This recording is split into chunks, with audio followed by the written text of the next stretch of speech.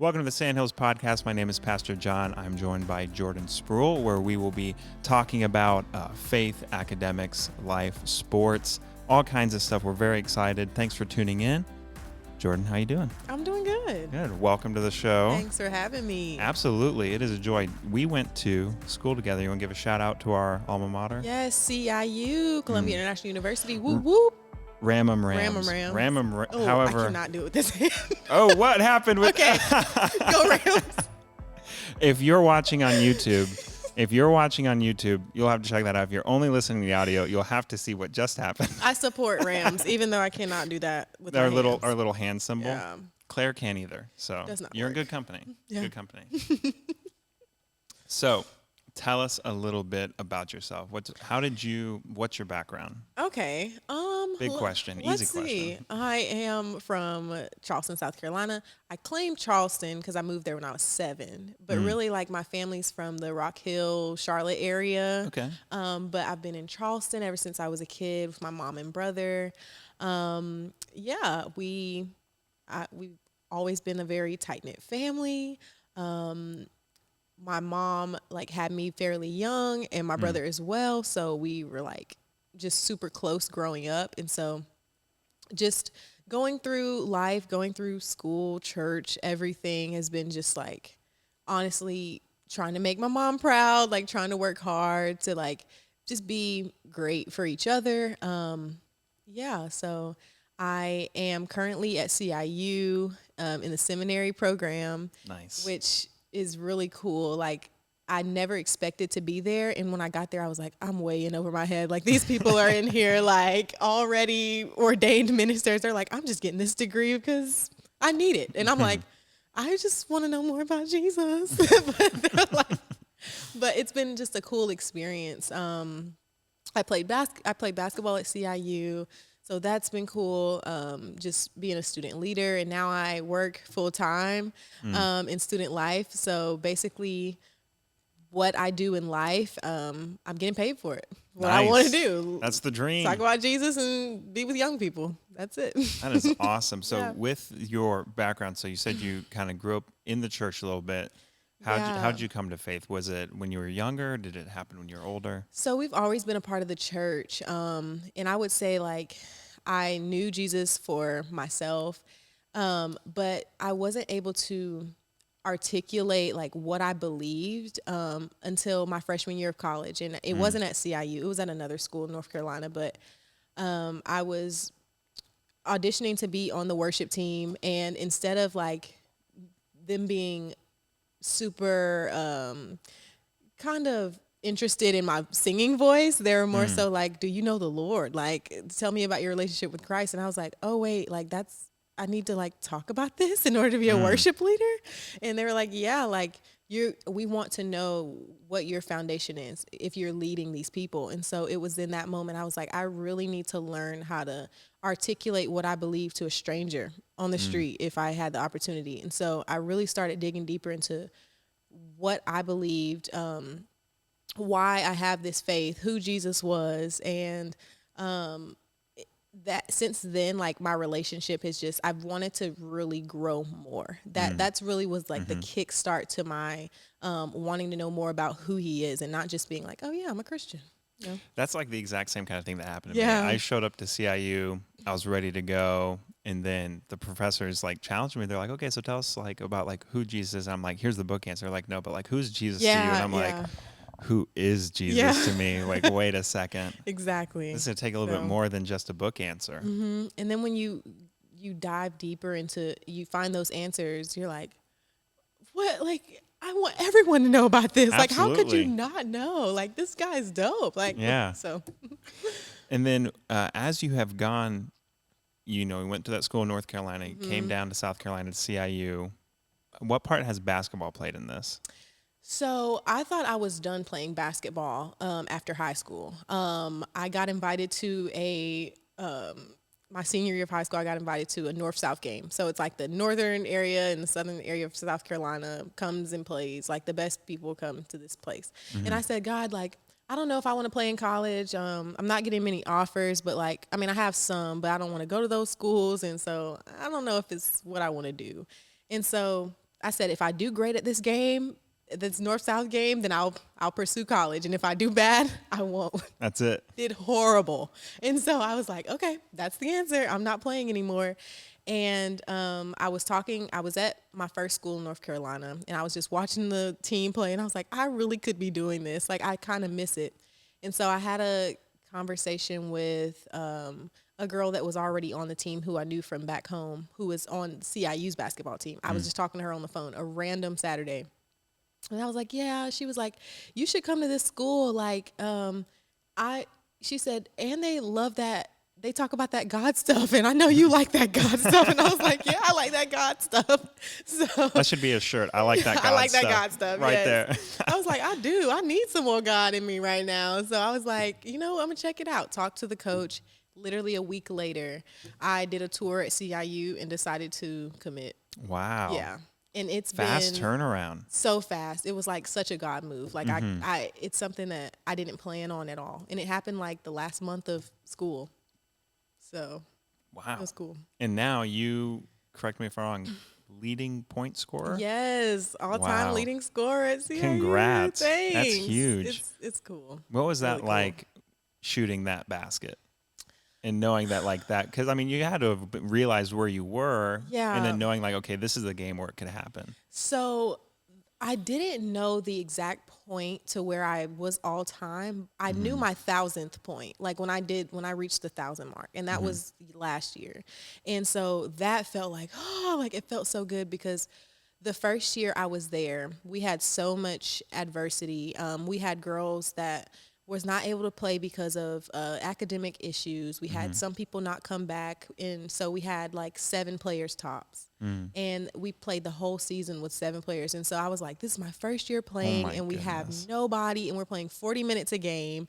One of them is a soccer player. Like it was a whole ordeal. Like, and I was like, God, you brought me to CIU to play basketball in a week's time span just to be able to like struggle like this.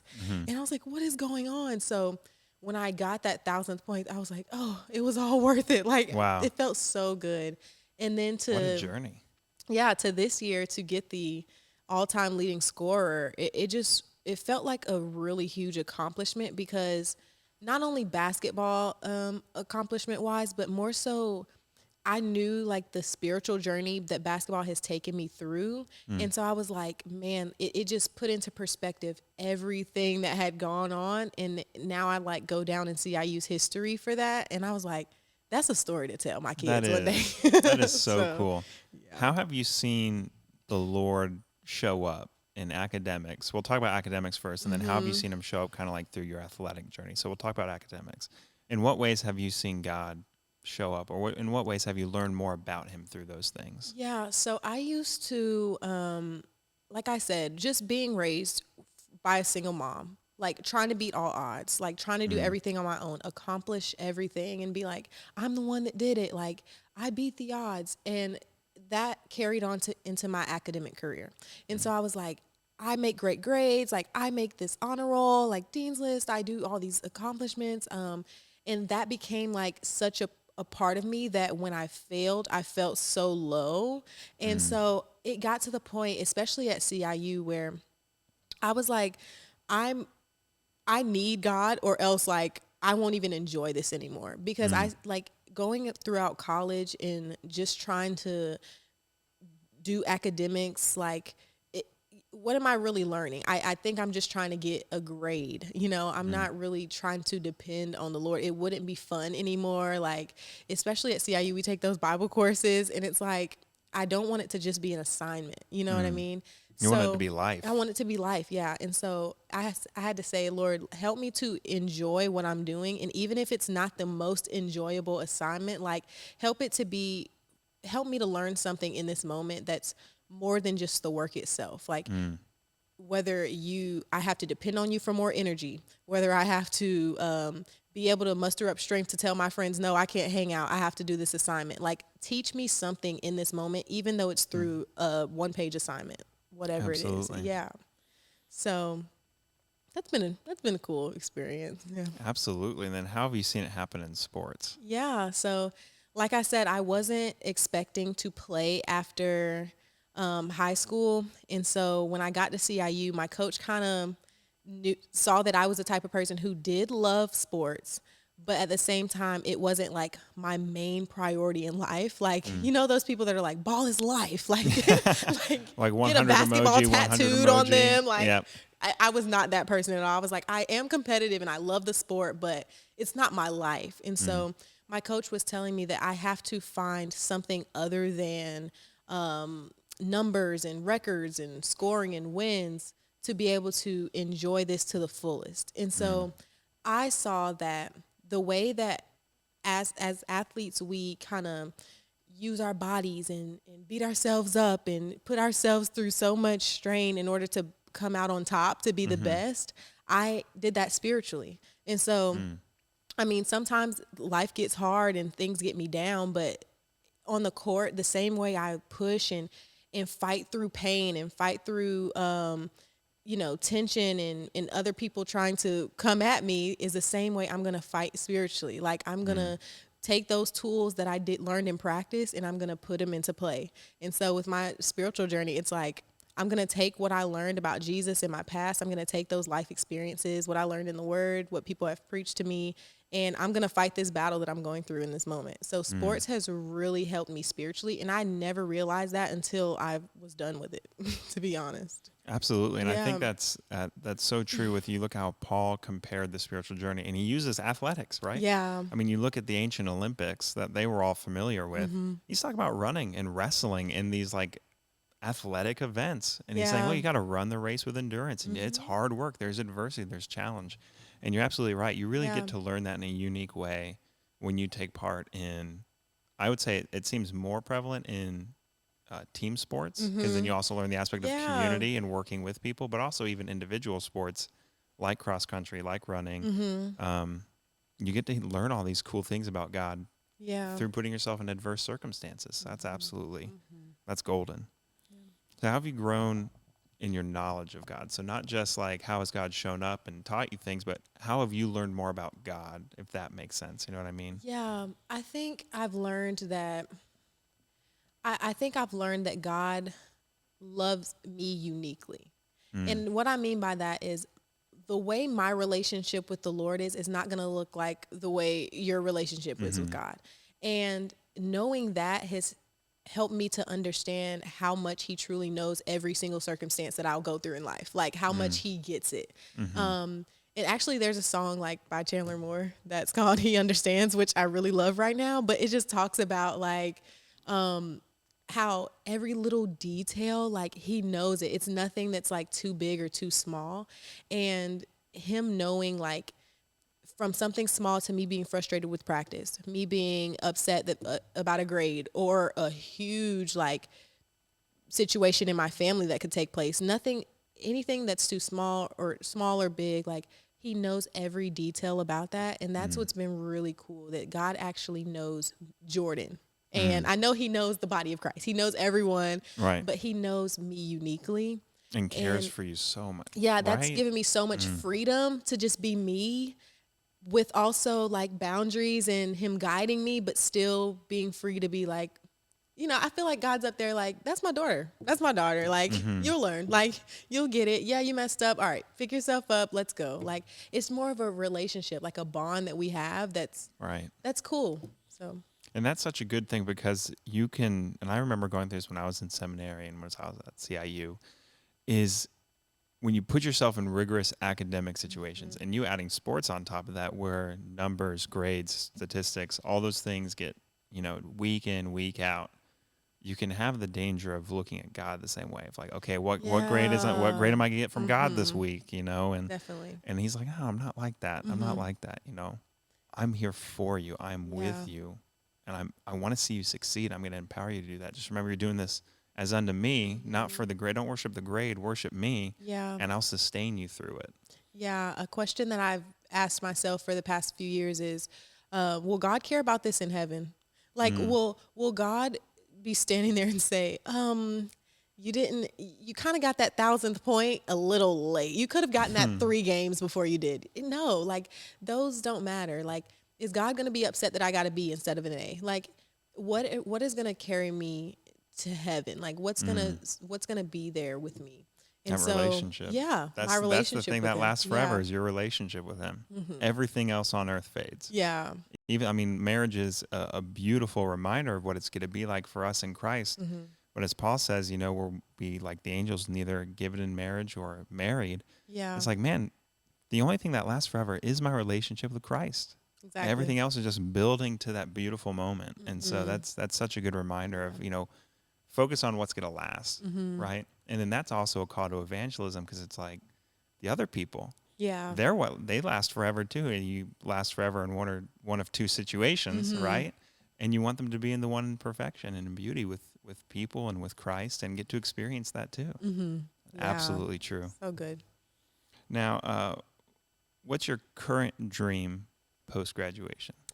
Because you're getting close. You graduate, you said, this summer? Yes, I graduate this Mm. summer. I mean, I really don't even know what I'm doing tomorrow. Like it's hard to even think of like what's the big Mm. plan. If I could draw up like a dream job, it would be honestly like talking to young people every day about the Lord, like disciples who build disciples. Like if I Mm. I don't know if it's like a camp or like a school. Like I was a business major undergrad. Mm-hmm. And so I always said I want to own or open my own school, K through 12 Christian private school. That would be Wow. so awesome. But even beyond that, like just being able to show or to be a leader for young people and make disciples who make disciples. That's like my ultimate goal. But I don't know what platform that would be on, but if I could just travel, talk to kids about the gospel, and show them how cool God is, that would be the dream. Where did that passion come from for youth like that? I was a young person who needed people to show me like who Jesus was in a cool way. Like I was like, I thought about this in like just high school and college. Like I've actually been through a whole lot that like I wouldn't have gotten through without God. And Mm. so there's a lot of people who are young who feels like their current circumstance is like the biggest most like awful thing that they've ever experienced, and like I get it cuz it may be super hard right now. Mm. But with God, like it's not your responsibility anymore to carry that when you find him. And so Mm. that's what that's what drove me. Like I remember, and I don't want to get on a tangent, but I just remember this story in high school.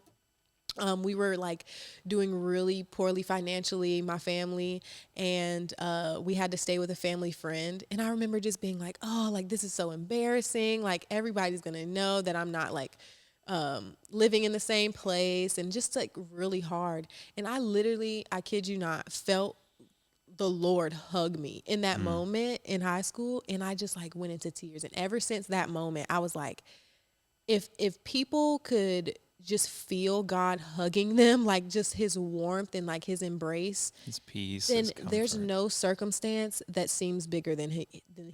is. And so I want people to know that their circumstance right now does not define the grand scheme of things. And God is just so much bigger than that. So Absolutely. yeah. What a passion. That's wonderful. That is just reminds me, because Jesus, he loves kids, right? And Yes. so many Yes. people want to disqualify young confessions of faith, or Mm-hmm. people who are, I mean, very new, to the faith when they're kids and may not understand some of the deeper aspects of it. But it's like, they're not like 20 yet. They don't have to be in seminary right Yeah. now. Yeah. But it's so true, because when you get to that age and you're walking through some of that stuff, you really feel like you're the only one it's ever Yes. happened to. Mm-hmm.